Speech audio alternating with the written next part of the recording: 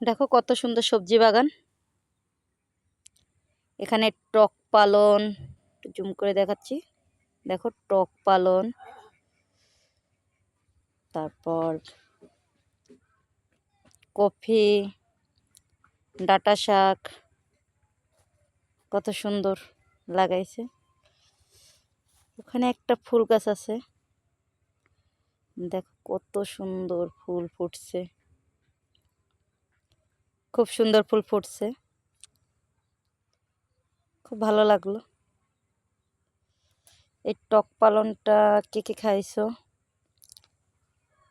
আমি কখনো খাইনি, শুনছি নাকি অনেক টক লাগে। তোমরা কে কে খাইছো একটু কমেন্টে জানাইও। ঠিক আছে, দেখো একটা পেঁপে গাছ হয়েছে।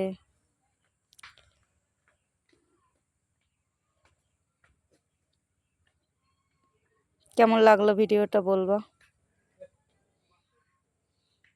ঠিক আছে? ভালো লাগলো অবশ্যই একটু কমেন্টে জানাইও।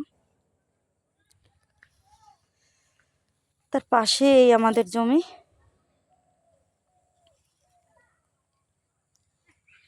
একটু একটু করে অনেক কষ্ট করে জমিটা কেনা। আমার স্বামী অনেক কষ্ট করে জমিটা কিনছে, কিন্তু এখন তো এখানে কিছুই করতে পারি নাই। সারা বিয়ের পর থেকে ভাড়া বাড়ি থাকতে থাকতে আসলাম, নিজের বাড়ি করার স্বপ্ন নিয়ে জমিটা কিনলাম। ভগবান জানে, জানি না বাড়ি করতে পারবো কিনা। সবাই আশীর্বাদ করো জানি নিজের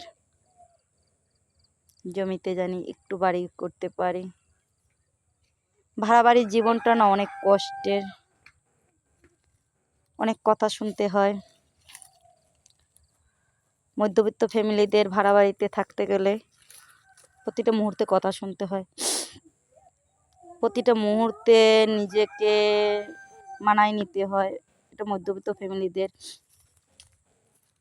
মানিয়ে চলার একটা অভ্যাস করে নিতে হয়। মধ্যবিত্ত ফ্যামিলিরা না পারে নিজের কষ্টের কথা কাউকে বলতে, না পারে কারো কাছে কিছু চাইতে।